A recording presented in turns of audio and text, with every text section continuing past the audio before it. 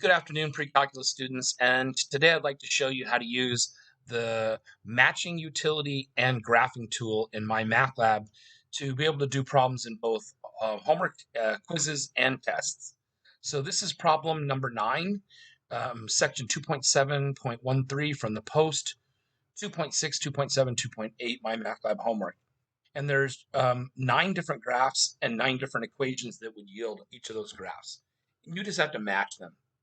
In order to match them, you have to drag the graph to the box that's below the equation that corresponds with it. This last one, number 9, is the square root of x that has not been flipped, so it's not a negative square root of x. It's a positive square root of x, but it has been shifted to the left 1 and up 2.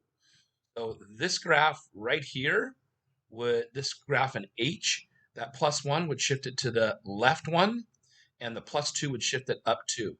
So you would take this tile and you hold down on your mouse and drag it until the box under H is highlighted so that when you let go of your mouse, it will drop that box in that area. Be careful to make sure that the box under the equation is highlighted before you let go of your mouse for it to drop in the proper area. I'm not going to complete this, so as I check the answer, it is going to say that I'm not right because I haven't finished the rest of it. I'm going to move on, and that problem was right, but I didn't finish the rest of the problem.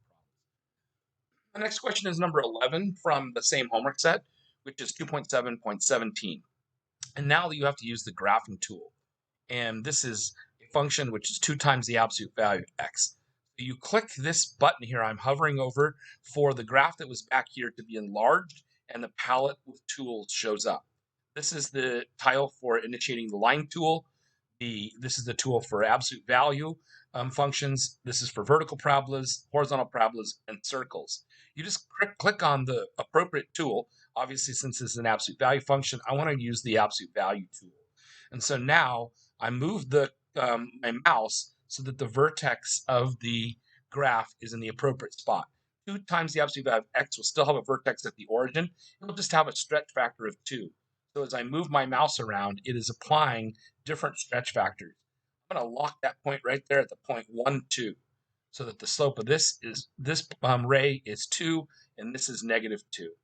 Just basically move the vertex first, and then place the second point on the graph that applies the proper stretch factor. The next question is 2.7.41.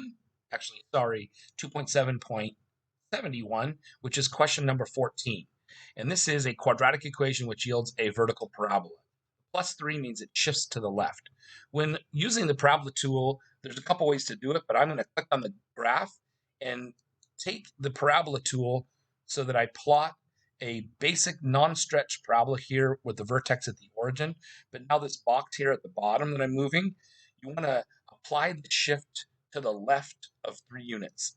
And you do that by putting a negative 3 here in the horizontal box. It had a 0 there before, so I was going to shift it to the left 30. If you put a positive 3, because it says x plus 3, you will notice that when you save that, it shifted it to the right 3. That's not what you want. So if you double click here to enlarge it, and you go back to selecting the parabola, by placing a negative in front of the 3 here for the horizontal shift, you'll see that when you push enter, that now moved it to the left. So that when you save it and you check it this time, it'll be right. The next question is 2.7.73, our last question, number 15, using the graphing tool. The absolute value of x plus 3, which has been shifted up. I click the enlarged graph, I grab the absolute value function, and this time, instead of placing the vertex at the origin, I'm going to shift it up 3, and I just have to apply the right stretch factor.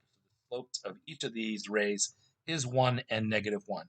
There's a number of ways I can do that. I can either rise 2 and run 2, or rise 3 and run 3. Either way, the slope of each of those rays on both parts has to be 1 on this portion and negative 1 on this portion. All right, have a great weekend.